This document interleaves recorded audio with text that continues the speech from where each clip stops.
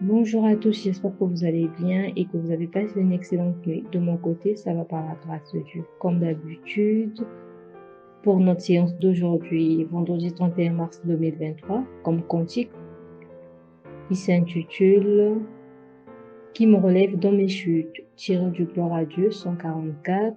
Et pour les textes, nous avons Matthieu 26, versets 47 à 56, ainsi que le psaume 22. Cantique 144, qui me relève dans mes chutes. Qui me relève dans mes chutes, c'est Jésus-Christ. Qui combat pour moi dans mes luttes, c'est Jésus-Christ. Jésus a parlé, je veux croire que je puis lutter pour sa gloire, car mon bouclier, ma victoire, c'est Jésus-Christ. Je vais à mon Père et ma voix, c'est Jésus-Christ. Je suis bien heureux et ma joie, c'est Jésus-Christ. Et si même dans la souffrance, mon cœur me parle d'espérance, c'est que j'ai mis ma confiance en Jésus-Christ. Commençons notre première lecture dans le livre de Matthieu chapitre 26, versets 47 à 56. Comme il parlait encore, voici Judas, l'un des 12, arriva et avec lui une foule nombreuse, armée d'épées et de bâtons, envoyés par les principaux sacrificateurs et des anciens du peuple. Celui qui le livrait leur avait donné ce signe: celui que je baiserai, c'est lui. Saisissez-le. Aussitôt s'approchant de Jésus, et il dit: Salut, Rabbi. Et il le baisa. Jésus lui dit: Mon ami, ce que tu es venu faire, fais-le. Alors ces gens s'avancèrent, mirent la main sur Jésus et le saisirent. Et voici un de ceux qui étaient avec Jésus étendit la main et tira son épée et frappa le serviteur du souverain sacrificateur et lui emporta l'oreille. Alors Jésus lui dit: Remets ton épée à sa place, car tous ceux qui prendront l'épée périront par l'épée. Penses-tu que je ne puisse pas invoquer mon Père, qui me donnerait à l'instant plus de 12 légions d'anges? Comment donc s'accompliraient les Écritures, d'après lesquelles il doit en être ainsi? En ce moment, Jésus dit à la foule: Vous êtes venus comme après un brigand, avec des épées et des bâtons, pour vous emparer de moi. J'étais tous les jours assis parmi vous, enseignant dans le temple, et vous ne m'avez pas saisi. Mais tout cela est arrivé afin que les écrits des prophètes fussent accomplis. Alors tous les disciples l'abandonnèrent et prirent la fuite. Amen. Poursuivons notre seconde lecture dans le livre de Psaume 22. Au chef des chantres, sur biche de l'aurore, psaume de David. Mon Dieu, pourquoi m'as-tu abandonné? Et t'éloignes-tu sans me secourir, sans écouter mes plaintes? Mon Dieu, je crie le jour et tu ne me réponds pas, la nuit et je n'ai point de repos. Pourtant tu es le Saint, tu sièges au milieu des louanges d'Israël. En toi se confiaient nos pères, ils se confiaient et tu les délivrais. Ils criaient à toi et ils étaient sauvés. Ils se confiaient en toi et ils n'étaient point confus. Et moi je suis un ver et non un homme, le pauvre des hommes et le méprisé du peuple. Tout ce qui me voit se moque de moi, et il ouvre la bouche, secoue la tête. Recommande-toi à l'Éternel. L'Éternel le sauvera, et il délivrera puisqu'il l'aime. Oui, tu m'as fait sortir du sein maternel. Tu m'as mis en sûreté sur les mamelles de ma mère. Dès le sein maternel, j'ai été sous ta garde. Dès le ventre de ma mère, tu as été mon Dieu.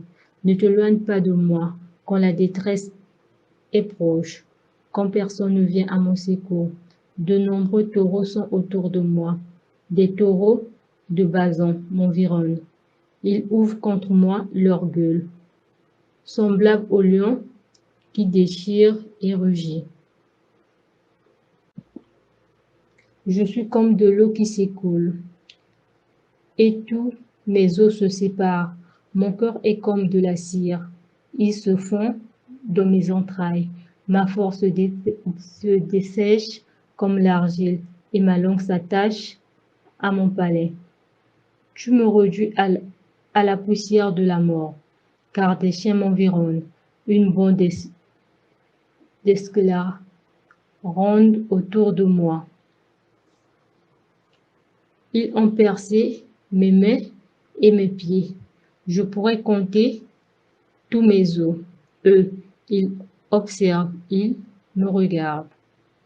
Ils se partagent mes vêtements et tirent au sort ma tunique. Et toi, Éternel, ne te loigne pas. Toi qui es ma force, viens hâte à mon secours. Protège mon âme contre le glaive, ma vie contre le pouvoir des chiens. Sauve-moi de la gueule du lion. Délivre-moi des cornes du buffle. Je publierai ton nom parmi mes frères. Je te célébrerai au milieu de l'assemblée. Vous qui craignez l'Éternel, louez-le. Vous tous, prospérité de Jacob, glorifiez-le. Tremblez devant lui, vous tous, prospérité d'Israël, car il n'a ni mépris ni dédain pour les peines du misérable, et il ne lui cache point sa face, mais il l'écoute. Quand il crie à lui, tu seras dans la grande assemblée. L'objet de mes louanges, j'accomplirai mes vœux en présence de ceux qui te craignent. Les malheureux mangeront et se rassaiseront. Ceux qui cherchent l'Éternel le célébreront. Que votre cœur vive à toujours. Toutes les extrémités de la terre penseront à l'Éternel et se tourneront vers lui. Toutes les familles des nations se prosterneront devant ta face, car à l'Éternel appartient le règne. Il domine sur les nations. Tous les puissants de la terre mangeront et se prosterneront aussi. Devant lui s'inclineront tous ceux qui descendent dans la poussière, ceux qui ne peuvent conserver leur vie. La postérité le servira. On parlera du Seigneur à la génération future. Quand elle viendra, elle annoncera sa justice. Elle annoncera son œuvre au peuple nouveau-né. Amen.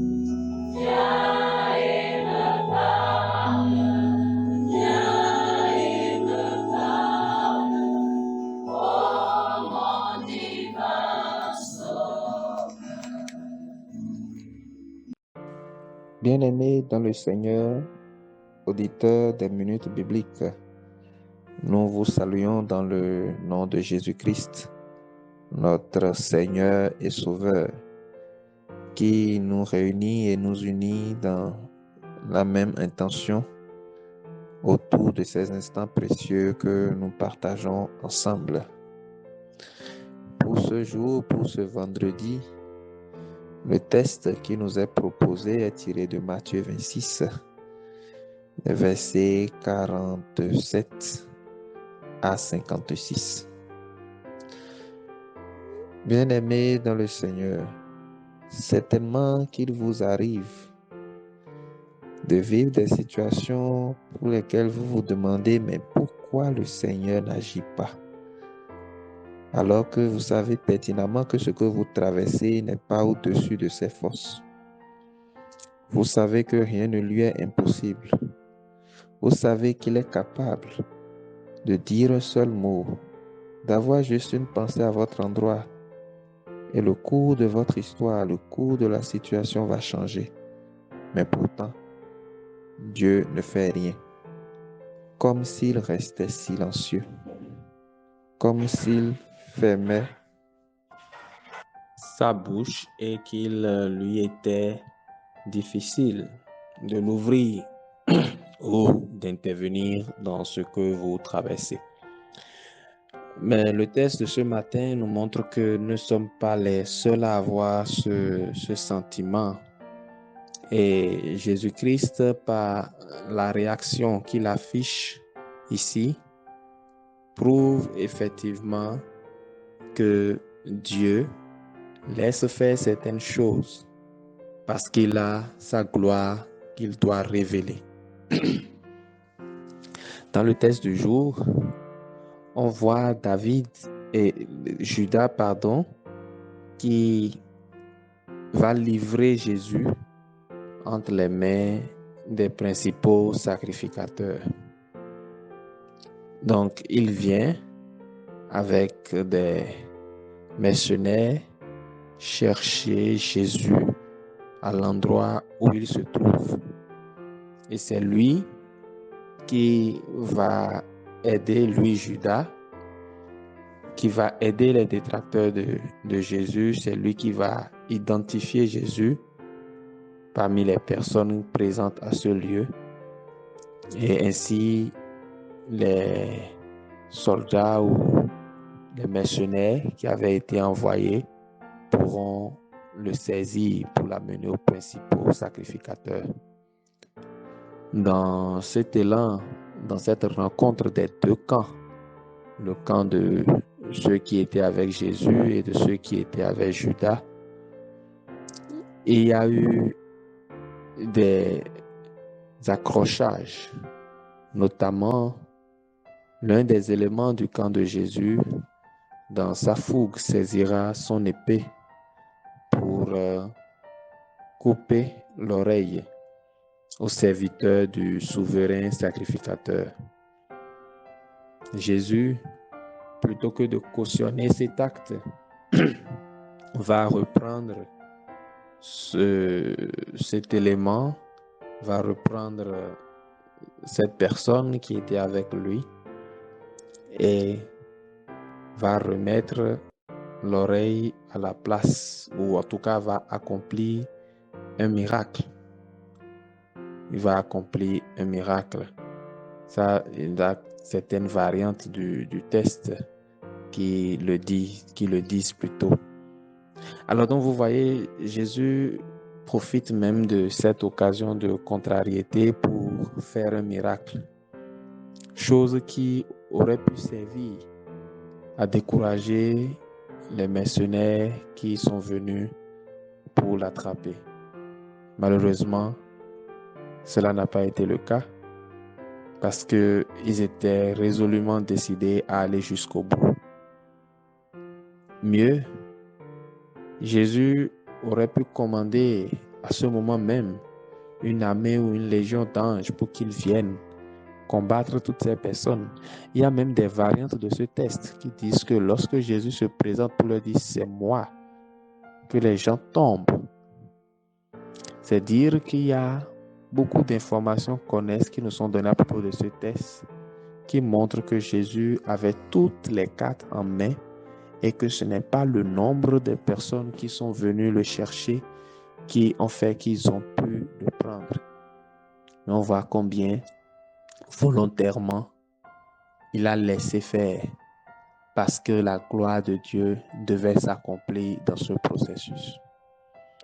La leçon que j'en retire ce matin pour ma vie et qui peut être applicable à votre vie, c'est que le Seigneur peut laisser faire certaines choses, pas parce qu'il ne nous aime pas parce qu'il nous a abandonnés, mais parce qu'il a un plan à exécuter dans nos vies.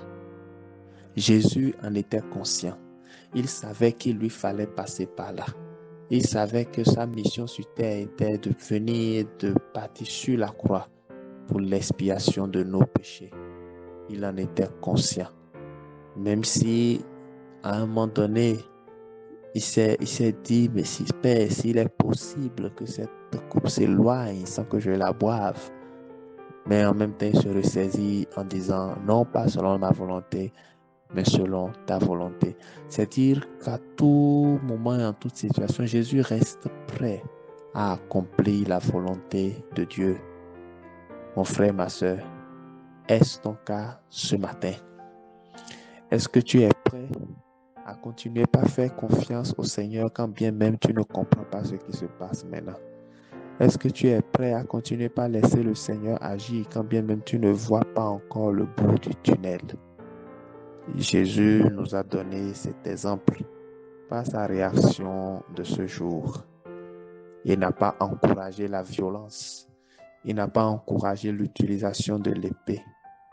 Au contraire, il s'est laissé parce qu'il avait en vue quelque chose de plus grand. Que le Seigneur nous aide, chacun d'entre nous, à discerner et à avoir une connaissance parfaite au sujet de ce qu'il attend de nous, de là où il veut nous amener, afin que nous puissions nous laisser conduire par lui. Soyez bénis dans le nom puissant de Jésus-Christ. Amen.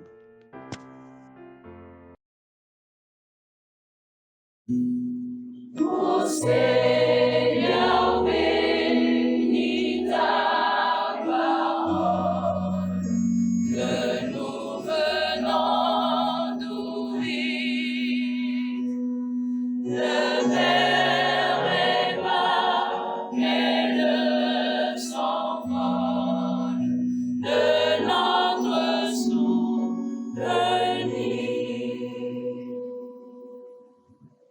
Merci pour votre attention et que la paix du Seigneur soit avec vous. Je vous souhaite de passer un excellent vendredi et surtout bon week-end à vous. Prenez bien soin de vous. À la prochaine. Au revoir.